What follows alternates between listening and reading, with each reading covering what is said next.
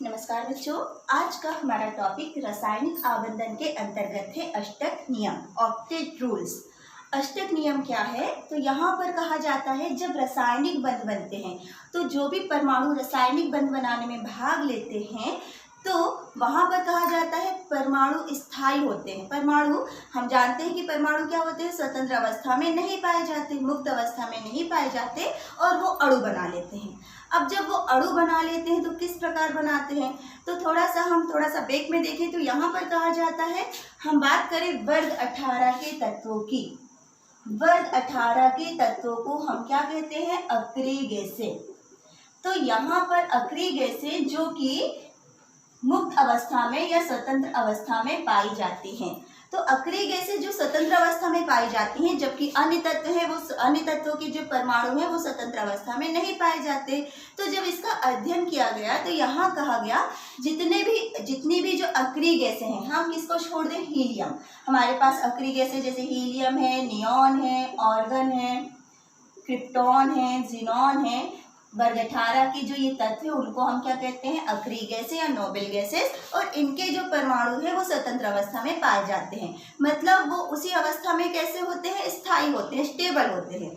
तो यहाँ पर कहा गया कि अन्य परमाणु है जो वो भी अक्रिय गैसों के समान स्थायी होने की प्रवृत्ति रखते हैं। तो स्थायी होने की प्रवृत्ति रखने के लिए वो क्या करते हैं? तो यहाँ पर जब इनके इलेक्ट्रॉनिक विन्यास का अध्ययन किया गया तो हीलियम को छोड़ के जितनी भी अक्रिय गैसें हैं उनके जो अंतिम कक्षा है, उन अंतिम कक्षा में 8 इलेक्ट्रॉन पाए जाते हैं। अंतिम कक्षा जिसको हम क्या कहते हैं? संयोजकता कक्ष। तो हीलियम को छोड़ के जितनी भी अक्रिय गैसें हैं उनकी अंतिम कक्षा में कितने इलेक्ट्रॉन पाए जाते हैं? 8 इलेक्ट्रॉन पाए जाते हैं। तो यहाँ पर कहा जाता है अन्य तत्व भी स्थायी होने के लिए अक्रिय गैसों के समान इलेक्ट्रॉनिक विन्यास रखना चाहते हैं। जब अक्रिय गैसों के समान इलेक्ट्रॉनिक विन्यास रखना चाहते हैं तो वो क्या करेंगे? अपनी जो अंतिम कक्षा है उसमें 8 इलेक्ट्रॉन रखना चाहेंगे। तो ये जो 8 इलेक्ट्रॉन रखने के लिए वो क्या करते हैं? तो यहाँ पर कहा जाता है वो इलेक्ट्रॉनों का आदान प्रदान करते हैं। और जब इलेक्ट्रॉनों का आदान प्रदान करते हैं तो वो अंतिम कक्षा में कितने इलेक्ट्रॉन रखेंगे? 8 इलेक्ट्रॉन।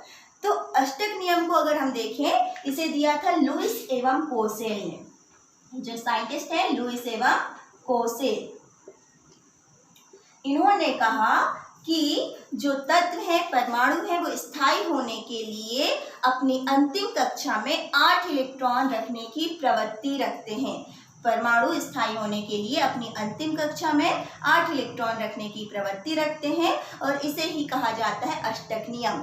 या कहा जाता है रासायनिक बंध बनाने में जो परमाणु होते हैं वो अपनी अंतिम कक्षा में अक्रिय गैसों के समान 8 इलेक्ट्रॉन रखने की प्रवृत्ति रखते हैं।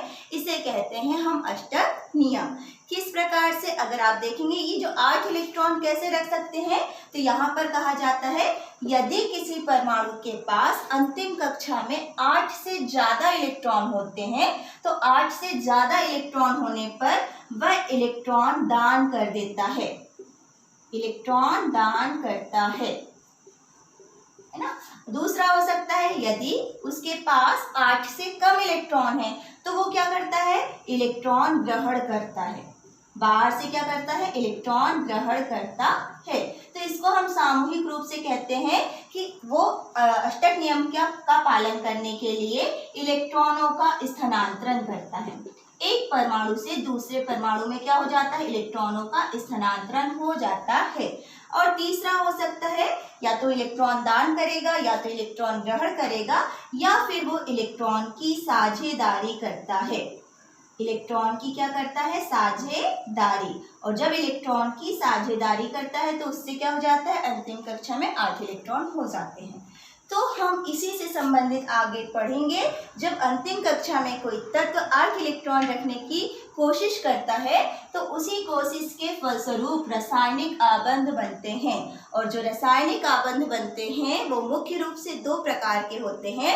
जब तत्व इलेक्ट्रॉनों का आदान प्रदान करते हैं, मतलब इलेक्ट्रॉन का क्या कर रहे हैं? स्थानांतरण करते हैं। तो इलेक्ट्रॉन के स्थानांतरण के फलस्वरूप जो बंध बनता है उसे हम कहते हैं आयनिक बंध। आयनिक बंध। इलेक्ट्रॉनों के आदान प्रदान के फलस्वरूप जो बंध बनता है उसे हम कहते हैं आयनिक बंध, और इलेक्ट्रॉनों की साझेदारी से जो बंध बनता है उसे हम बोलते हैं सहसंयोजक बंध। सहसंयोजक बंध। इन दोनों बंधों के जो प्रकार है वो हम आगे की क्लास में पढ़ेंगे। तो फिलहाल आप इतना समझ लें कि अष्टक नियम, जब भी कोई अणु का फॉर्मेशन होता है तो जो परमाणु होते हैं वो अष्टक नियम का पालन करते हैं, और इसके लिए वो अंतिम कक्षा में 8 इलेक्ट्रॉन रखने की प्रवृत्ति रखते हैं। इसे ही कहा जाता है अष्टक नियम। Thank you.